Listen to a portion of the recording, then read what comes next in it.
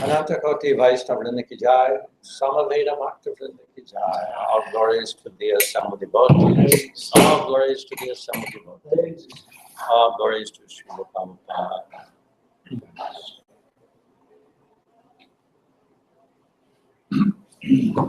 So we are reading 7th chapter, text 20.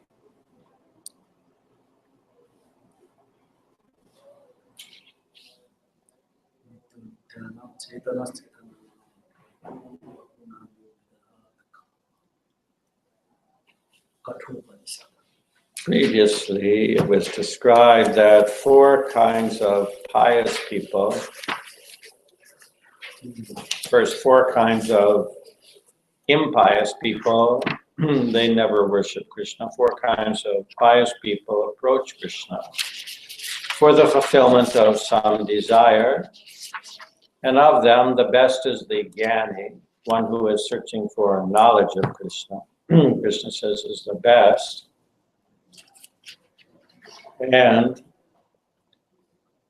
when that knowledge becomes complete after many, many births, such a Jnani or someone's cultivating knowledge, he realizes that Krishna is everything and he surrenders unto him.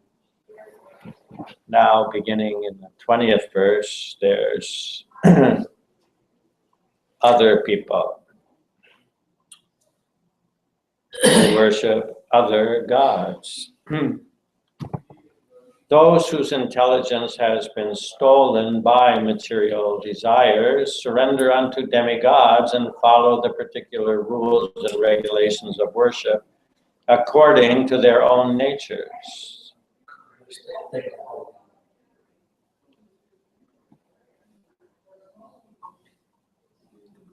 So,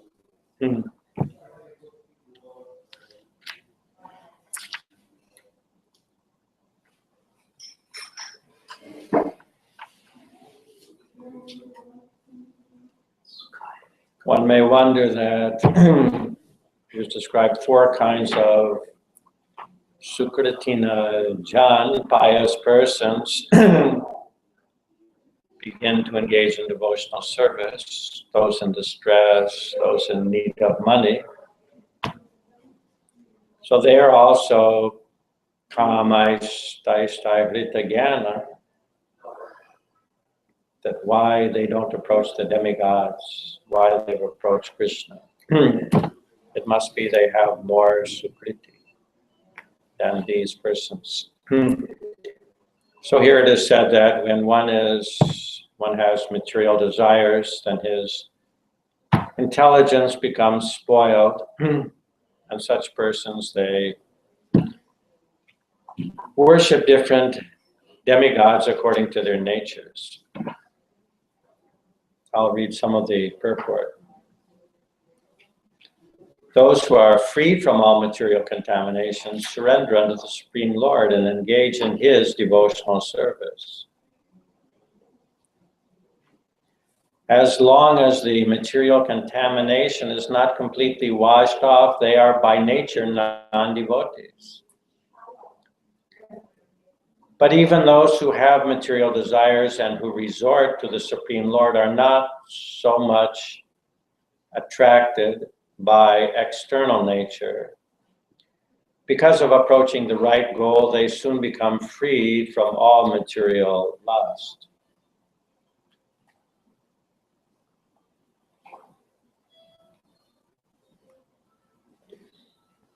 Less intelligent people who have lost their spiritual sense take shelter of demigods for immediate fulfillment of material desires. Generally, such people do not go to the Supreme Personality of Godhead because they are in the lower modes of nature, ignorance and passion, and therefore worship various demigods. Actually, this is contradictory to what we are going to read in the ordinary class, the next verse. Today, Dibya Sham was asking, what is the meaning of contradictory? So in the 17th chapter, 4th verse, it says, Yajante Sattika Devan. Those in the mode of goodness worship the devas, demigods. Yaksha, Rakshamsi, Rajasa. And those in passion worship demons. And Preta, Bhutaganans, Janya, Yajante Tamasa Jana. And those in Tamagun, they worship ghosts. Prabhupada points out that in the villages of India, sometimes, maybe Nepal, I don't know, that people will find that there's a ghost living in a tree, and they will go and they will offer worship there. Have you ever seen that? Yeah. Many times I've been also. We are in my house. Next to my house, lady sit in middle of the night. Mm-hmm. Like 12 o'clock. So that is Tamagun worship. So there it is said those in goodness worship the demigods. And here it is said the demigods are worshipped by those in passion and ignorance. Anyway. So how do you, is that reconcilable? Is there a reason for that?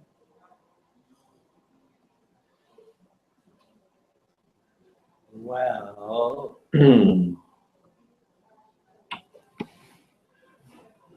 of course it has to be reconcilable, but whether I can reconcile it, I'm not sure.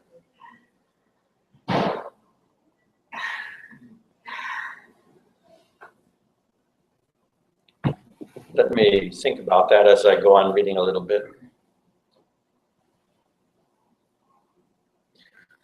Following the rules and regulations of worship, they are satisfied. The worshippers of demigods are motivated by small desires and do not know how to reach the supreme goal, but a devotee of the Supreme Lord is not misguided. Because in Vedic literature there are recommendations for worshiping different gods for different purposes. And the example is given here. The diseased man is recommended to worship the sun. In the Bhagavatam also, there is description in the 2nd canto, 3rd chapter, that if you want this desire fulfilled, then you should worship this demigod. If you want a beautiful wife, then worship Parvati, the wife of Lord Shiva. In fact, the verse, which is quoted, which I did not read in this purport, it comes right after that description of, if you want this, then worship this demigod. If you want this, then worship this devi, like that, like that. But then it says, but if you are Udara D. No, that's another place. Tibrena Bhakti Yajeta Purusham. That the best recommendation, even if one has material desires, and what to speak if he has no material desires, better to strongly worship the Supreme Personality of Godhead.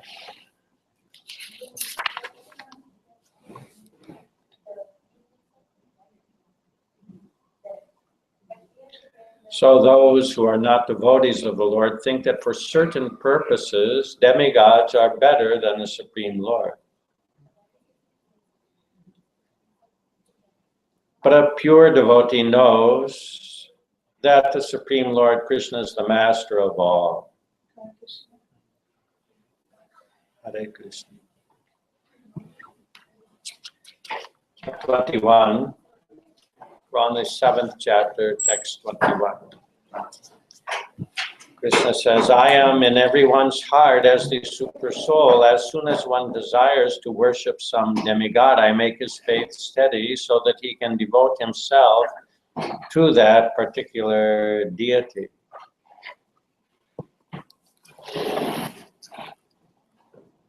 Purport, God has given independence to everyone. Therefore, if a person desires to have material enjoyment and wants very sincerely to have such facilities from the material demigods, the Supreme Lord as Super Soul in everyone's heart understands and gives facilities to such persons. Some may ask why the all-powerful God gives facilities to the living entities for enjoying this material world and so lets them fall into the trap of the illusory energy. The answer is that if the Supreme Lord as Super Soul does not give such facilities, then there is no meaning to independence. Therefore, he gives everyone full independence, whatever one likes. But his ultimate instruction we find in the Bhagavad Gita is that one should give up all other engagements and fully surrender unto him. That will make him happy.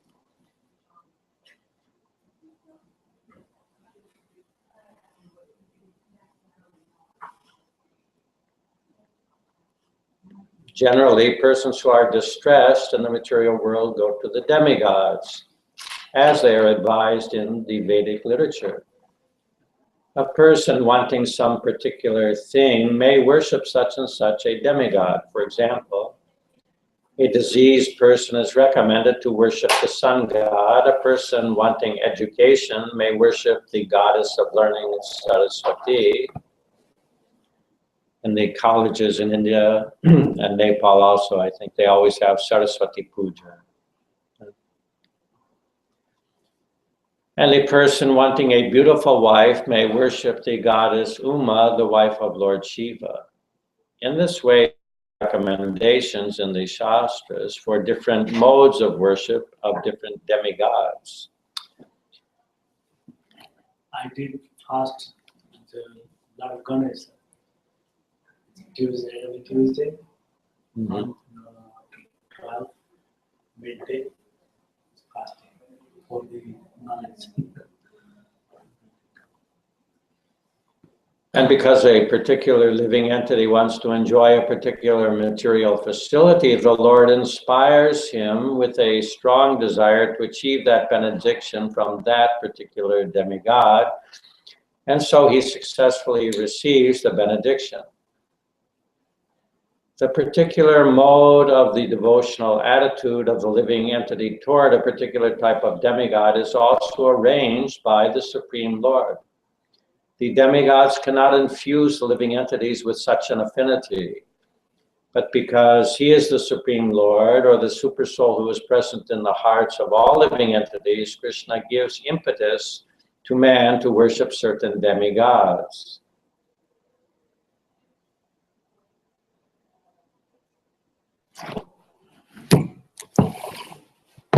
So those who are not intelligent, who have material desires they want fulfilled, the Vedic literatures advise that they can approach different demigods. By worshiping them, they can get the fulfillment of their desires. So here in this verse, it is explained that that faith that a worshiper of the demigod has, that, oh, I want something, so I'm worshiping this demigod, I'm sure he will be pleased with me and give me what I desire. It is Krishna within the heart that gives him that inspiration to worship the demigod. That's what Krishna is saying in this verse. Tasya tasya achalam shraddham, achala shraddham, strong faith. I'll worship this demigod, I'll perform tapasya, I'll give so many offerings. Tameva vidadham yaham, I give him that. I make that feeling within his heart. And 22, endowed with such a faith, he endeavors to worship a particular demigod and obtains his desire. But in actuality, these benefits are bestowed by me alone. Purport, the demigods cannot award benedictions to their devotees without the permission of the Supreme Lord. The living entity may forget that everything is the property of the Supreme Lord, but the demigods do not forget. So the worship of demigods and achievement of desired results are due not to the demigods, but to the Supreme Personality of Godhead by arrangement. The less intelligent living entity does not know this, and therefore he foolishly goes to the demigods for some benefit. But the pure devotee, when in need of something, prays only to the Supreme Lord. Asking for a material benefit, however, is not a sign of a pure devotee. A living entity goes to the demigods usually because he is mad to fulfill his lust. This happens when something undue is desired by the living entity, and the Lord himself does not fulfill the desire. In the Chaitanya Charitamrita, it is said that one who worships the Supreme Lord and at the same time desires material enjoyment is contradictory in his desires. Devotional service to the Supreme Lord and the worship of a demigod cannot be on the same platform, because worship of a demigod is material and devotional service to the Supreme Lord is completely spiritual. For the living entity who desires to return to Godhead, material desires are impediments. A pure devotee of the Lord is therefore not awarded the material benefits desired by less intelligent living entities, who therefore prefer to worship demigods of the material world rather than engage in the devotional service of the Supreme Lord.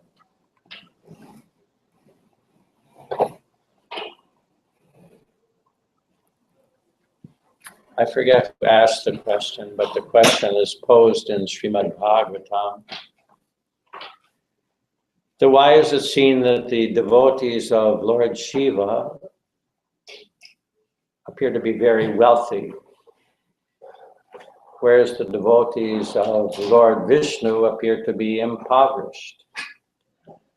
Lord Shiva himself doesn't even construct a residence. You see him seated underneath a tree, sitting in meditation. And Lord Vishnu is the Lord of Lakshmi, the goddess of fortune. He has grand palaces and so much paraphernalia. But the devotees of Lord Vishnu are, it is asked, they appear impoverished, whereas the devotees of Lord Shiva appear to be opulent. Why is that? So that is being explained a bit here, that Krishna doesn't like to award material opulence to his devotees if it will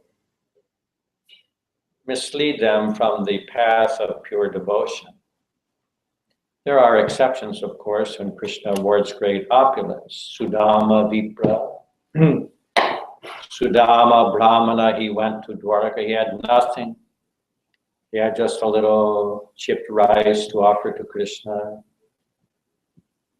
He and his wife were practically shivering due to lack of proper nourishment. And he offered that to Krishna, and then when he went back to his home, he saw it was transformed into like Svarga Loka. So there it was explained that Krishna awarded him this opulence because he knew that Sudama would not be deviated by it. He would not think, oh, now I've got a very nice life, forget Krishna. But those who are not so advanced, material desires and material opulence are an impediment. So Krishna doesn't like to reward that. 23. Men of small intelligence worship the demigods, and their fruits are limited and temporary. Those who worship the demigods go to the planets of the demigods, but my devotees ultimately reach my supreme abode.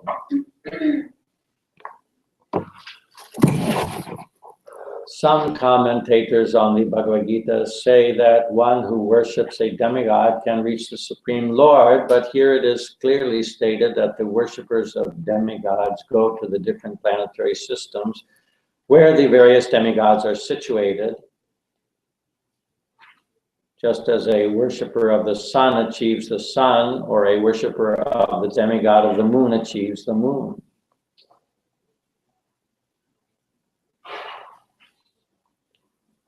Then a little bit down, second paragraph. Here the point may be raised that if the demigods are different parts of the body of the Supreme Lord, that is seen in the 11th chapter, Vishwarupa Darshan, that the demigods are parts of the universal form of the Lord. If the demigods are different parts of the body of the Supreme Lord, then the same end should be achieved by worshiping them. However, worshippers of the demigods are less intelligent because they don't know to what part of the body food must be supplied. Some of them are so foolish that they claim that there are many parts and many ways to supply food. This isn't very sanguine. Can anyone supply food to the body through the ears or eyes? They do not know that these demigods are different parts of the universal body of the Supreme Lord, and in their ignorance, they believe that each and every demigod is a separate god and a competitor of the Supreme Lord.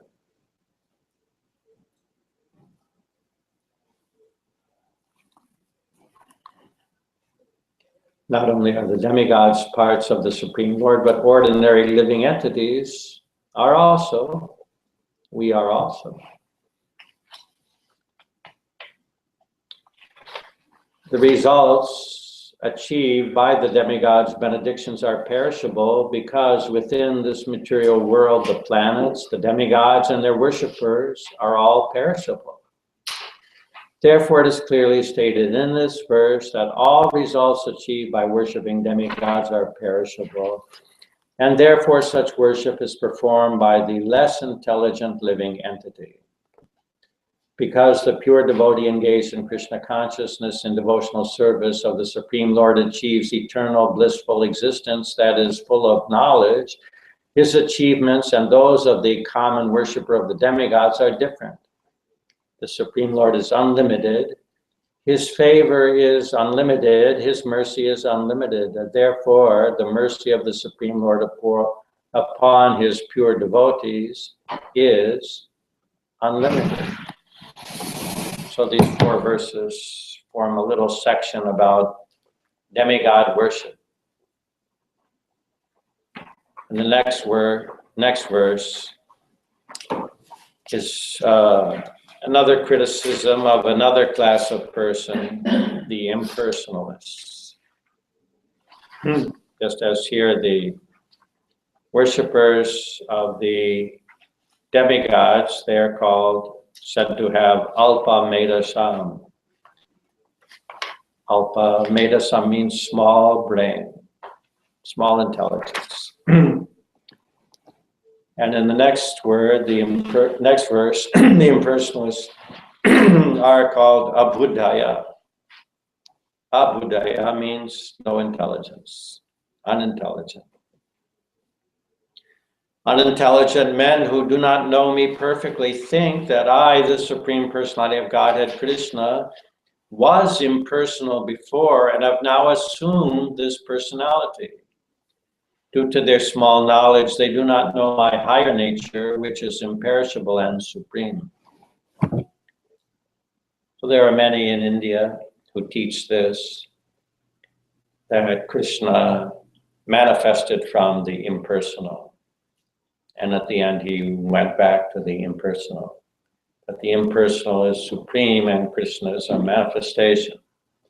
But here Krishna says, avyaktam,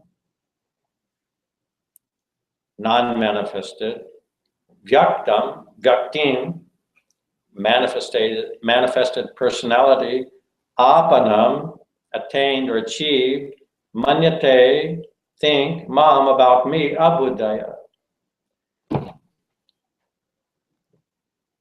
Think that the manifest form of Krishna has come from the unmanifest. Those who think in that way,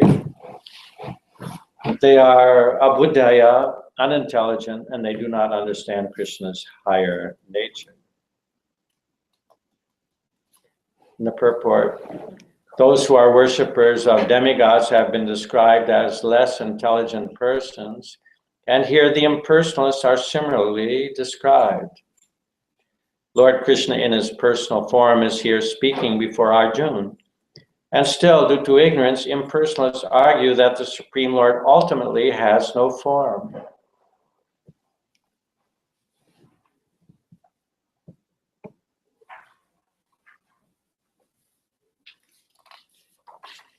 So this is a very long purport, but many verses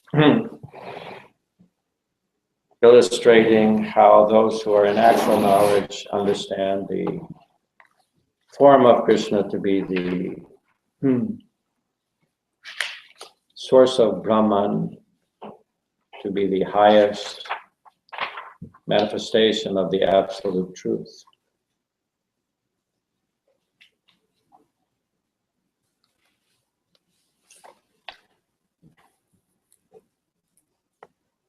I just read one chapter, one paragraph. The 20th verse clearly states, Kamaistaistair Hritagana Prapadyante Anya Devata. Those who are blinded by lusty desires surrender unto different demigods. It is accepted that besides the Supreme Personality of Godhead, there are demigods who have their different planets, and the Lord also has a planet, as stated in the 23rd verse. Devan Deva Jadojanti Mad Bhakta Janti Mam Api.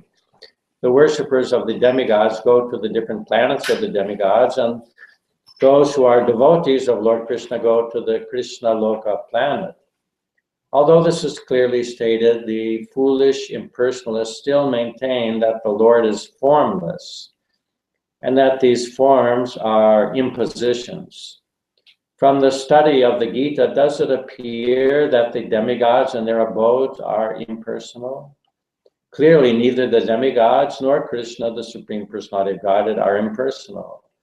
They are all persons. Lord Krishna is the Supreme Personality of Godhead, and he has his own planet, and the demigods have theirs. Therefore, the monistic contention that ultimate truth is formless and that form is imposed does not hold true.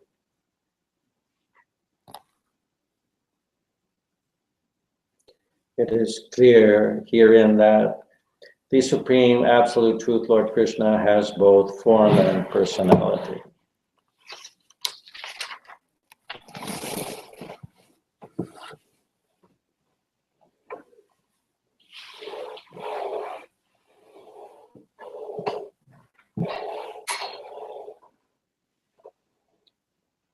Does anyone want to say anything?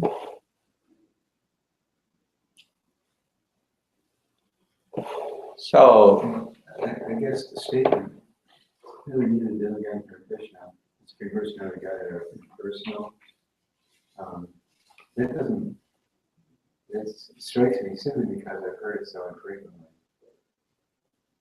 Krishna's person, but there's a lot of talk, we're talking about the impersonal worship of the demigods, almost making it seem, or almost like it implies the demigods are impersonal too, simply because it doesn't deny it, or it doesn't say they're personal. You know, it just is, those who worship the demigods are speculative and personal.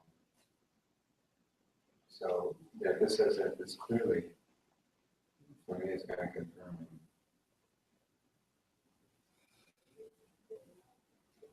Now, a question: when we worship Krishna,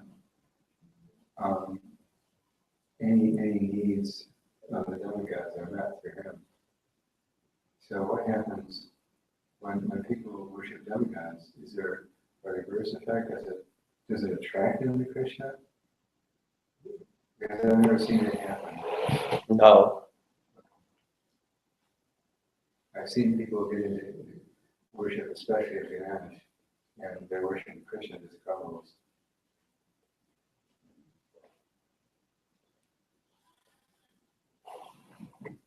No, I mean only in a general sense. The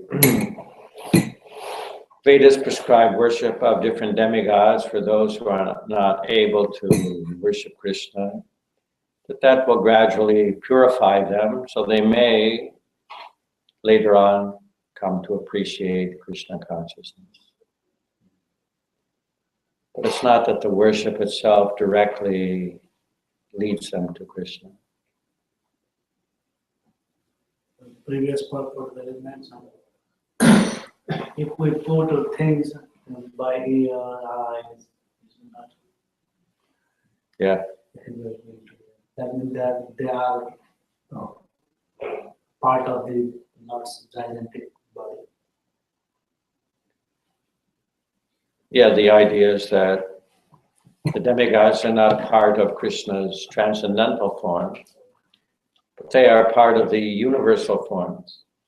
So some people might argue that they're part of the form of the Lord. So if you worship any part, you're worshiping the Lord. But then it is described that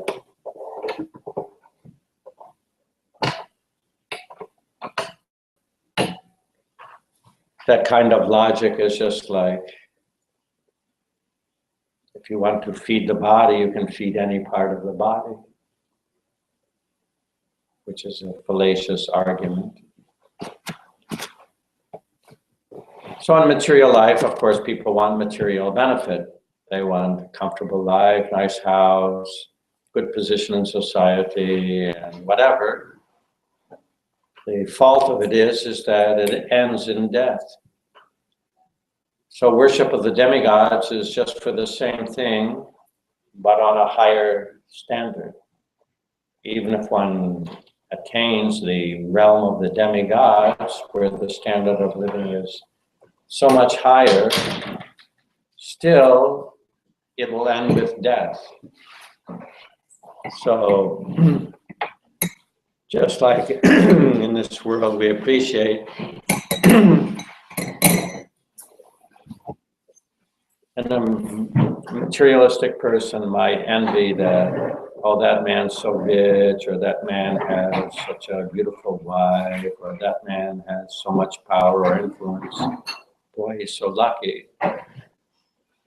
But from another perspective, one sees that what lucky, old age and death is awaiting him, that it's not really an enviable position. So similarly, for those with the vision of eternity, residence in the heavenly planet is also considered to have no value. So in that way, the worship of the demigods is discouraged.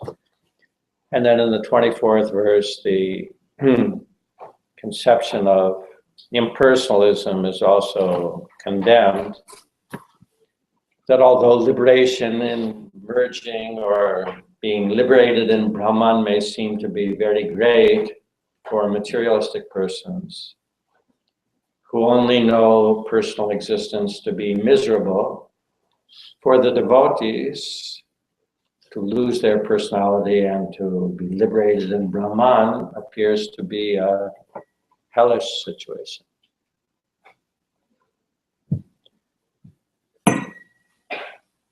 But I say that last statement again.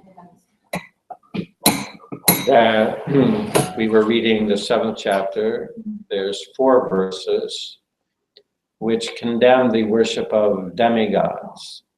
And then there's the 5th verse condemns the impersonal conception which preaches that Krishna or any other avatar has descended from Brahman, from the formless. That from the formless, the form of Krishna has come, and when he leaves, he again becomes formless. So Krishna says that this conception is only held by those who have no brain, no intelligence. They don't understand my higher nature. But that, I understand that statement, but I thought you said in the end that that is like almost like sinful. Not Use sinful, another word, I not don't know. hellish. What I mean is that, just a crude example, suppose to go to some nightclub where there's loud music and dancing and drinking. Why are you laughing at that? You just came from a nightclub. I didn't come from any night. I came from work. Then why are you laughing? Anyway, What did you say? aside from your laughing, I think you're just sitting in the laughing section, that's all. In the past, we all be the nightclub. So anyway, see someone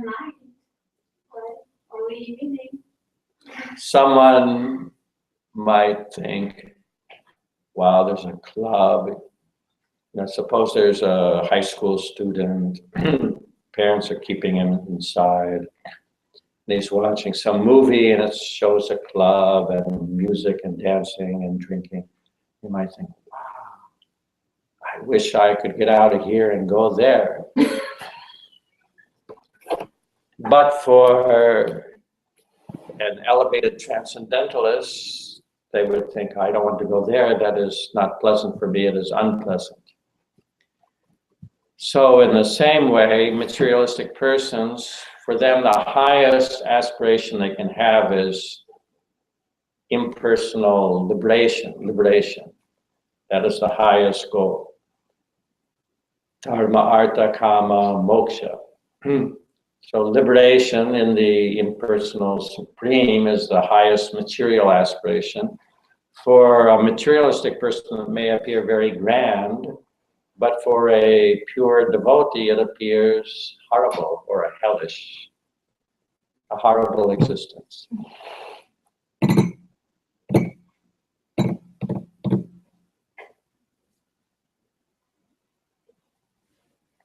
One man's food is another man's poison. Prabhupada like to quote that sometimes. What one person thinks, oh, it's very nice, very nice. Other person thinks,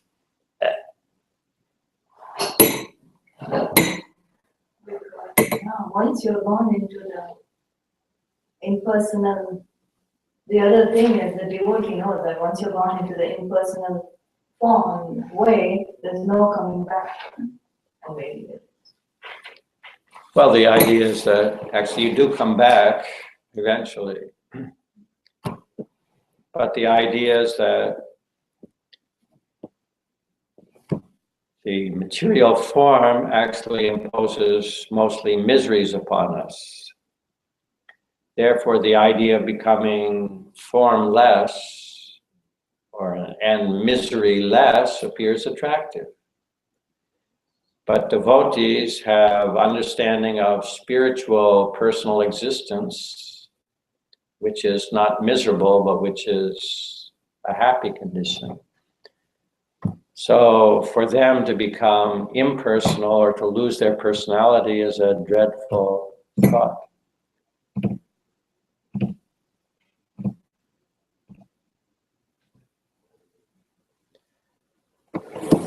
It's as if you have darkness and light and then the dividing line between.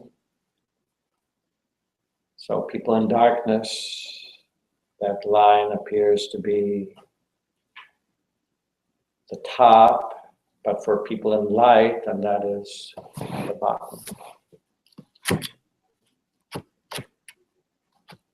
And I'm no professional on this, but one thing I'm noticing, working in the public and approaching people about BhagavadGita workshops or whatever, one of the easiest predictors is someone who looks happy. I noticed that people who look really unhappy never want to talk. And people who look happy are interested. Yeah. Skeptical, the people who are unhappy are more skeptical. And the skepticism just makes this part of their misery. I ask people a question, as soon as I talk to people, do you believe in God? They'll say no. How did you get here? With the Big Bang? No. So, but I'm serious. So I said, no, okay, it's one thing. Let's pretend that somehow, some electric shocks or whatever, got made something that could wiggle. All right, that's great. But now how does it reproduce itself? Were those electric sparks so clever that they said, oh, we need some method of reproduction? No. I mean, it's just the thought that maybe it made something that could move a little bit. But the idea of reproduction is much, much more sophisticated. And something that has no intelligence would create that? No, it can't. The most it can do is an accident. But, I mean, even if they believe in the Big Bang, who made the Big Bang? Somebody made the Big Bang and it all happened, the whole universe. Somebody had to make it. What is the point? Your grandfather. Bang. But actually, Krishna, there is a theory of Krishna with who Yeah. was a baby on the lightest form of people leaf, the people leaf. Yeah. That is part of, I don't know how to connect it, but it is somehow connected with the Big Bang.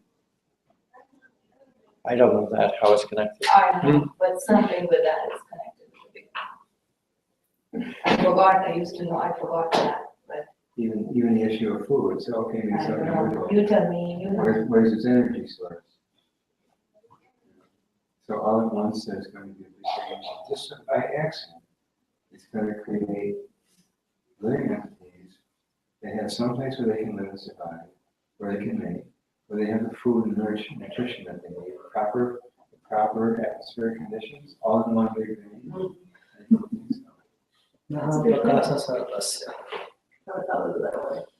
But we're not continuing. Right enough.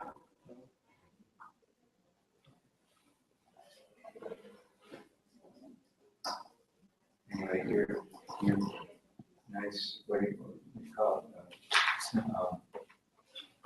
The simple truth. I think what you call it literature, but it really raises issues really well, and it helped me because it got me thinking. I know that. So what do you, I can't hear totally what you're saying, but what do you do for the skeptics? You just walk away? Not much. I just put them in a situation where they see the absurdity. I don't, I'm not interested in forcing them. I'm just planting the seed. Just walk away. What did he say? We just plant the seed. There's something to think about. That's great. And who understands the death, that person understands life very well.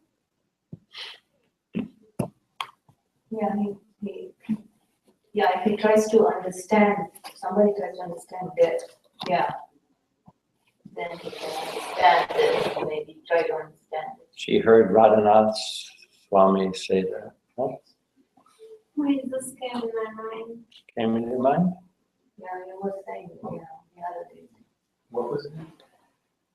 If somebody tries to understand death, and that person can understand life very well, like what is real life. If a person understands death, then he can understand life.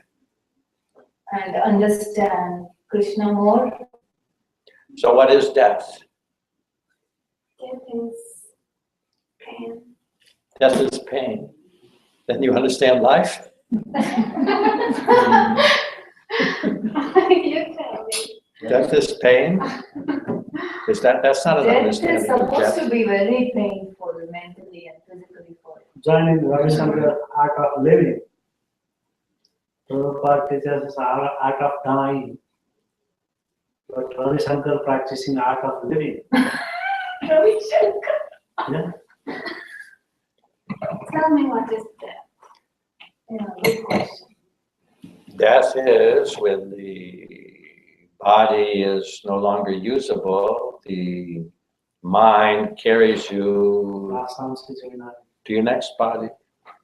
It's two chapters. Sorry, say that again, please. I didn't. Little bit preoccupied. Death means when the physical body is no longer usable, then the mind carries you to your next body. Sometimes the mind or the conscious decide when they can leave the body. 222 answer yeah. Can the Just like Prabhupada gives example, like at night you dream, you actually forget the body and you're just living in the mind in a mind-created dream atmosphere. But when you wake up, you come back to the body and remember your bodily situation and continue your bodily activities. But death means you cannot come back to the body. No longer works.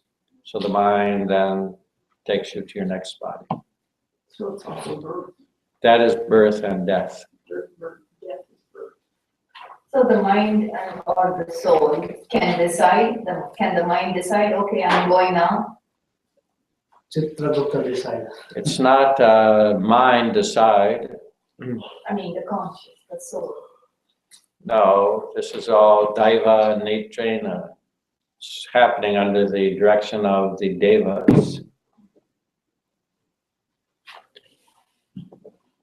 Of course, there are some like Bhishma is described, that Bhishma could die at his will. And there are some yogis also, they can die when they want to. Bhishma could not die unless he agreed, okay, now I die. That's why in Mahabharata he's pierced by so many arrows He still didn't want that to even you could not put a finger in between any two arrows, and he was laying on a bed of arrows. But still he didn't die, he was waiting for the sun to go into the Uttarayana. Then, when it was an auspicious time, then he said, okay, now I will die. But otherwise, we have no choice. Sometimes I feel so much pain just by think of death, you know. And sometimes like this kind of thing comes in my mind that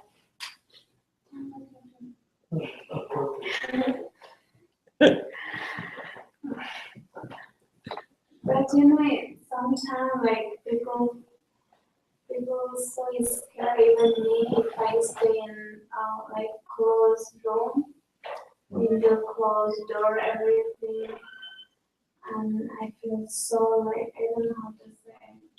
It's called claustrophobia. Yeah, I feel so hard to breathe, and I feel to get out from that situation. But maybe how they can stay for 9 months in mother's stomach, and sometimes I think like that, you know, I feel. In India, Nepal, they always say in the mother's stomach, but they're not in the stomach. If they were in the stomach would digest them and they would Now this- In the Womb uterus, of mother. in the womb. I never heard of Yeah, I talk to so many people in India. They say, when the baby's in the stomach, Did you correct them and say, no, it's in the womb? I don't remember. Maybe some and not all. The question is, So for It's 7 very months, Serious actually. Yeah, I know. Very serious, very sensitive, very emotional. yeah, But you make a joke or I don't like it. well, you often make jokes. Yeah. I'm actually You sorry. laugh when there is a class going on, you laugh. But anyway, now I give the serious answer. Prabhupada and Bhagavatam explained the child is in for 9 months. First 7 months, the embryo or the child is unconscious. Unconscious means doesn't know what's happening. But starting the 7th month becomes conscious and then suffers greatly. Mother eats hot food, I know sometimes burns the all skin. food and how hard, how difficult to come to this life, and this life also too much suffer and again, you know, it's so hard. Sometimes I feel so pain and sometimes I'm scared to be alone. That's what Krishna says, dukhalaya. Do what? Dukhalaya. Dukhalaya. You know what though? Chanting Hare Krishna is so.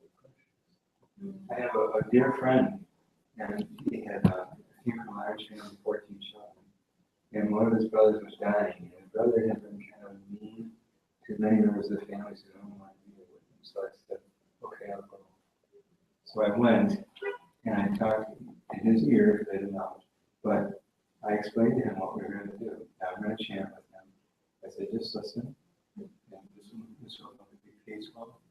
And, but I chanted for a couple hours, and he just was very restful, and he stopped breathing. At one point, also, it was the room was quiet. But this is a person who had never chanted done this. You know, really remorseful about much of his life, especially to his own children. And I would chant around and I'd read or say or describe something about BhagavadGita that was relevant and keep going. Yeah. He wasn't, I don't know what he was, but I do know that he did really cruel things to people. You know, minor upsetting. He did cruel Very cruel. Well, Prabhupada also explains that misery, people ask why God created suffering in this world, but actually misery creates an impetus for inquiring about God or taking an interest in God. question and answer is at the time of the day, there are 10,000 scorpions between our house. Painful. It's painful at the time of the 10,000 scorpions. Yeah, I've heard that, but is that like what, I mean, that's not physical pain, is it? I mean, is it physical? yeah, physical. Your arms shutting down. And whenever I go to swimming pool, because I don't know how to swim and water is so deep, like 5 feet, and sometimes I go inside the water and then oh my God, I feel like I'm going to die. Then why do you go if you don't know swimming? I Don't go. need exercise. If you don't know swimming, you go in your wall. What you do? What you say? So swimming. It's scary. Yeah. She listens when you talk, she listens. so carefully because she loves your talk. I know she loves me. No, not her. Her. Not Sham Sundari. Shyam Sundari. Thank you for the title. He gave me a name, Shyam Sundari. Shyam means dark. Like Krishna, dark. Sundari means sundari.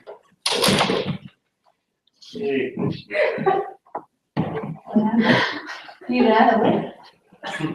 Yeah, you read it. You make BhagavadGita now.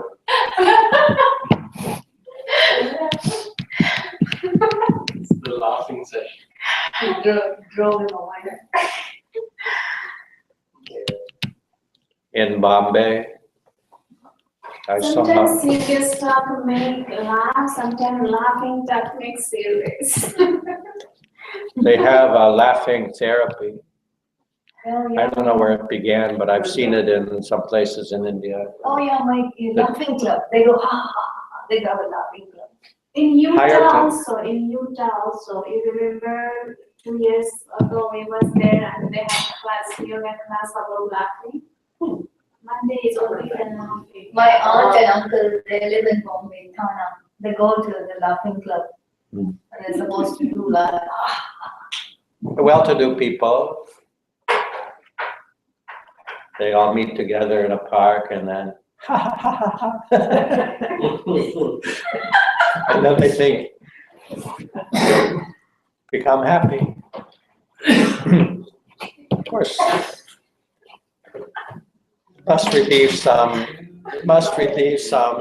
tension, It does, but it's not an ultimate solution. So, it's not.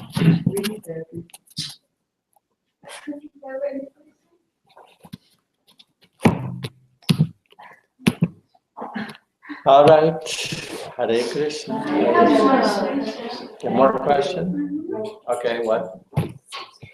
Yeah, and then sometimes why they forget to love people, and then this generation, like in old days when I was small, when I was teenage, people understand value of family relation and value of friend relation and love each other. But now that real love is gone. There is no such a love thing now. Now generation, you're saying they don't care for their parents, grandparents? Not that. Now they don't think there is any real love, real, like honest. Who doesn't think? Not generally, everybody. Does that include you? Yes, me and everybody. Why? Like because of Krishna give that kind of environment, or we just feel that way because things have changed and all, like so much facility or everything, or I don't know. Because we are, or is it because we have gotten far away from Krishna? Yeah. Farther you get away from Krishna, then the more strange things become.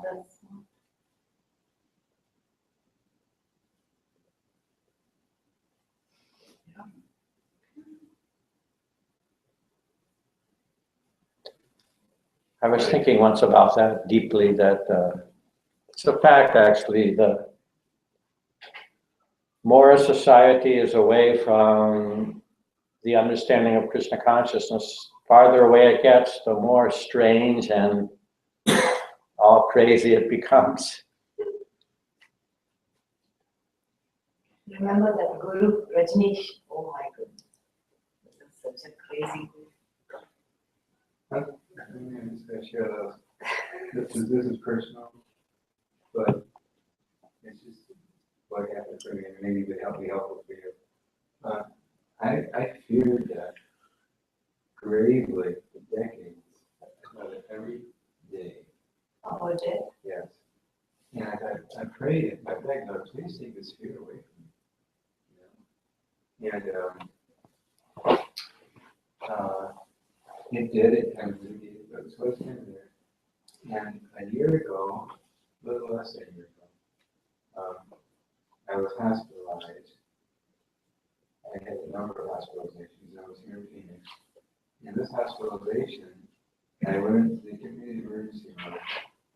I couldn't see. I could hear. I couldn't see. There were 3 doctors. They were having a conversation. I was just listening very calmly to this conversation. My heartbeat had gone way out of control. And the head doctor said, well, this is the situation. Either we get his heart rate regular and slow down, or he's good. He won't be here 2 hours. And I was surprised because I had complete peace. I said, Lord, wherever you want, if I live or if I die, as long as what you want. I was surprised to hear myself say that.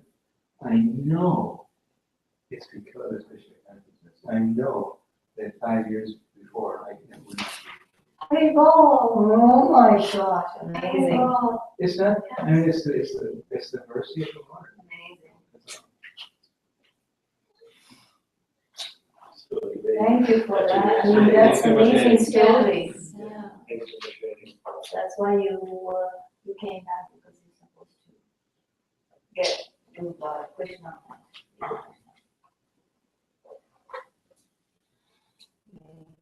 Hare Krishna.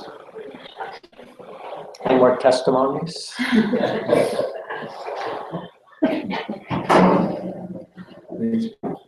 Can I get a witness? Can I get a witness? Okay, I would like to hear your story about, I think it's that.